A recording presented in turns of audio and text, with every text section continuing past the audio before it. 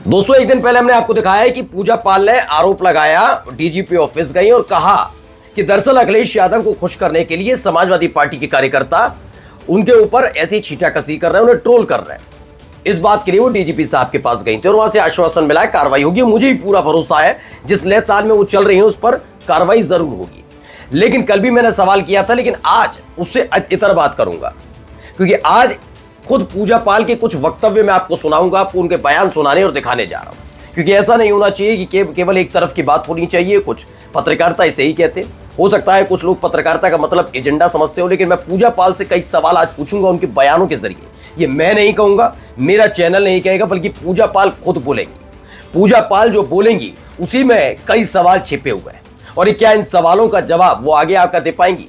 जैसा कि कल भी मैंने कहा था और आज भी मैं कह रहा हूं, फिर से दोहरा रहा हूं इसीलिए कि उनकी व्यक्तिगत जीवन में क्या है क्या नहीं है मेरा कोई लेना देना नहीं, किसी को भी नहीं लेना देना होना चाहिए। लेकिन एक जनप्रतिनिधि के नाते अगर आप जबरदस्ती अपने आप को बहुत निष्पक्ष, बहुत स्वच्छ और यह दिखाने की कोशिश करें कितने ईमानदार हैं, तो आपसे सवाल पूछे जाएंगे, क्योंकि फिर आपके जो राजनीतिक इतिहास है उसे भी खंगाला जाएगा। तो कुछ ऐसे ही शब्दावली, कुछ ऐसी ही चीजें, कुछ ऐसे ही बयान है उनके, वो सुनाने जा रहा हूं और फिर देखिए सवालों के जवाब क्या आते हैं। नमस्कार, मैं हूं प्रज्वल गौतम और आप देख रहे हैं खबर चौक।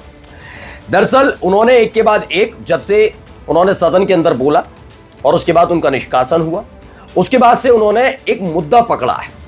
मुद्दा यह पकड़ा है कि दरअसल अतीक अहमद और अशरफ के बारे में उन्होंने सदन में बोला, इसलिए समाजवादी पार्टी छटपटा गई और इसीलिए समाजवादी पार्टी ने उन्हें बाहर का रास्ता दिखा दिया।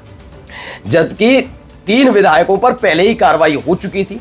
पूजा पाल को एक समय दिया गया था। अब सोचिए, अगर बीजेपी का कौन सा ऐसा नेता है जो ऐसा बागी हुआ हो और उसकी सदस्यता ना छीनी हो, पहली फुर्सत में छीन लेते हैं। लेकिन जब समाजवादी पार्टी ने इतने दिनों के बाद, राज्यसभा का चुनाव कब हुआ था और अब जाकर कार्रवाई की, तो इसे अतीक अहमद और अशरफ से इसलिए जोड़ा जा रहा है जिसके जरिए यह बता सके कि भाई देखो समाजवादी पार्टी माफियाओं को कितना पसंद करती है और देखो देखो बाबा कितना उनके खिलाफ कार्रवाई करते हैं। तमाम चीजें खेल किए जा रहे हैं। खैर, मैडम जी का एक बयान आया है, इस बयान को जरूर सुनना चाहिए। पहले सुनिए मैडम जी।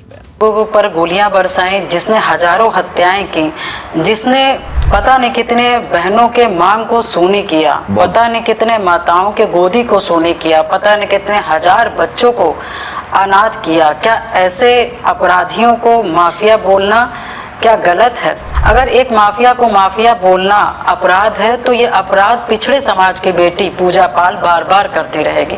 बिल्कुल सही कहा। मैं पूजा पाल जी के लिए इसके लिए कहूंगा, इन्होंने इसमें एक शब्द भी गलत नहीं बोला शुरुआत में, लेकिन आखिर में इन्होंने कहा कि मैं बार बार ये करती रहूंगी। तो पहली बात, आपने कहा कि मैंने अतीक अहमद को माफिया बोला, तो क्या गलत बोला? बिल्कुल गलत नहीं बोला। उस पर जिस तरह के आरोप थे वो माफिया अशरफ के लिए भी इस्तेमाल होते थे, और मुझे नहीं लगता कि कोई समाजवादी पार्टी का नेता भी कह देगा कि नहीं नहीं अतीक अहमद ऐसे नहीं थे, बहुत संता भी ना, सब जानते हैं। लेकिन जरा ये बता दीजिए, जिन राजू पाल जी का जिक्र कर रही हैं आप, कभी ये बोला राजू पाल कौन है? विधायकी से पहले क्या था? किसके लिए काम करते थे? अतीक अहमद से उनका क्या रिलेशन है? कभी बोला? बोल पाएंगी? मैं व्यक्तिगत मत समझिएगा इसे आप, क्योंकि वो भी विधायक रह चुके थे, ठीक है ना, उनका भी, और चूंकि वो जनप्रतिनिधि रहे थे, इसीलिए आज से उन्हीं के नाम पर आप जो राजनीति कर रही हैं, इसीलिए मुझे भी सवाल पूछना होगा, राजू पाल और अतीक अहमद के बीच का कनेक्शन क्या था? क्यों एक दूसरे में फिर बाद में खुन्नस हुई? क्या राजू पाल अतीक अहमद के लिए काम करते थे? जवाब देंगे। और एक माफिया के लिए अगर कोई काम कर भी रहा है तो वो कौन होगा? ये आप जवाब दे पाएंगे पूजा पाल जी?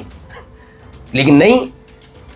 जितने माफिया कौन है? माफिया वो है जो बीजेपी की तरफ से इस दौर में तय कर दिए गए पूजा पाल के मुताबिक। वरना कह दें ब्रजेश सिंह के लिए माफिया, कह के देखें, कहें करवरिया माफिया, बाहुबली, दबंग, लुच्चा, गुंडा और उसका समर्थन करने वाले ऐसे कह के देख लें। मैंने कल भी पूछा तो और आज भी पूछ रहा हूं, और मैं एक जनप्रतिनिधि के नाते पूछ रहा हूं। महिला से मेरा कोई वो नहीं है। अगर आपको जनप्रतिनिधि के साथ साथ महिला का आवरण भी लेना है तो मुझे लगता है पहले आपको विधायकी छोड़ देनी चाहिए। ये आप दो नाव पे एक साथ पैर नहीं रख पाएंगी, क्योंकि पूरी शालीनता के साथ सवाल है मेरा कि राजू पाल किसके लिए काम करते थे, अतीक अहमद से उनके क्या रिलेशन थे, और अगर अतीक अहमद के लिए वो काम करते थे पहले, तो क्या उनको आप माफिया कहती हैं? राजू पाल को माफिया मानती हैं आप? मानती हैं नहीं मानती हैं? बता पाएंगी? जवाब दीजिएगा। क्योंकि आप तो कह रही हैं ना, बेटी पूजा पाल पिछड़ों की बेटी ये करेगी तो पिछड़ों की बेटी, बोले राजू पाल के बारे में भी, बोले फिर ब्रिजेश सिंह के बारे में भी, बोले फिर वो करवरिया के बारे में भी जिस पर बाबा ने प्यार बरसाया था। बोल पाएंगी आप? चलिए अब इनका दूसरा भी देखिए बयान। जरा इन्होंने पीडीए का अर्थ समझाया। जो असलियत में अखिलेश यादव जी की जो पीडीए है उसका वास्तव में क्या अर्थ है? पी से परिवार, डी से दागी, ए से अपराधी। और क्योंकि इस अब देखिए इन्होंने पीडीए का अर्थ बताया, परिवार, दागी और अपराधी। बिल्कुल मैं मानता हूं, इससे मैं सहमत कर लूंगा। हो सकता है आप कहेंगे कैसे हो, तो मैं बताता हूं। क्योंकि इन्होंने खुद आजमाया। पी से परिवार, कोई भी पूजा पाल को जानता नहीं था, ये राजू पाल की पत्नी है, ये इस आधार पर इनको जाना गया। मैं व्यक्तिगत नहीं जा रहा, उन्होंने दूसरी शादी की, किससे की, क्यों की, एक सवाल नहीं पूछा जा सकता। संवैधानिक अधिकार दिया गया है और संविधान का अधिकार का पालन करते हुए उन्होंने जो किया वो उनके व्यक्तिगत निजी फैसले हो सकते हैं। लेकिन चूंकि राजू पाल की पत्नी है इसीलिए पूजा पाल को जाना जाता है। कोई बहुत बड़ी राजनीतिज्ञ नहीं है आप, पहली चीज। यानी बिल्कुल सही कहा, परिवार, बिल्कुल सही। वरना अगर राजू पाल की पत्नी ना होती तो आप राजनीति में नहीं आ पाती, आप भी जानती है। खैर, दूसरा आपने कहा दागी, तो बिल्कुल जिस व्यक्ति के लिए आप इंसाफ मांग रहे हैं, मैं ये नहीं कह रहा उस आदमी के साथ गलत नहीं हो, बिल्कुल गलत हुआ और अतीक और अशरफ को सजा मिलनी चाहिए, मैंने पिछली वीडियो में भी कही थी। लेकिन सजा ऐसे नहीं कि कोई भी आए गोली मारकर चला जाएगा। अगर ऐसा ही है तो फिर राजू पाल के साथ गलत नहीं हुआ, वो भी तो अतीक अहमद के लिए काम करते थे। ये कहा जाता, देखिए इतिहास उठाइए, है नहीं है तो जाइए। अब देखिए दागी, इन्होंने कहा दागी, तो राजू पाल पर भी ऐसे ही दाग थे। ठीक है, बहुत बढ़िया। तीसरा ये अपराधी। अब मैं क्या ही करूं, जो अतीक अहमद के लिए काम करे वो व्यक्ति, क्योंकि अतीक अहमद तो खुद माफिया, अपराधी, बाहुबली सब ना, तो उसके लिए काम करने वाले वो तो ये थोड़ी ना कहा होगा कि मंदिर बनवा रहा हूं मैं, तो तुम इसका महंत बन जाना, ये तो नहीं कहा होगा।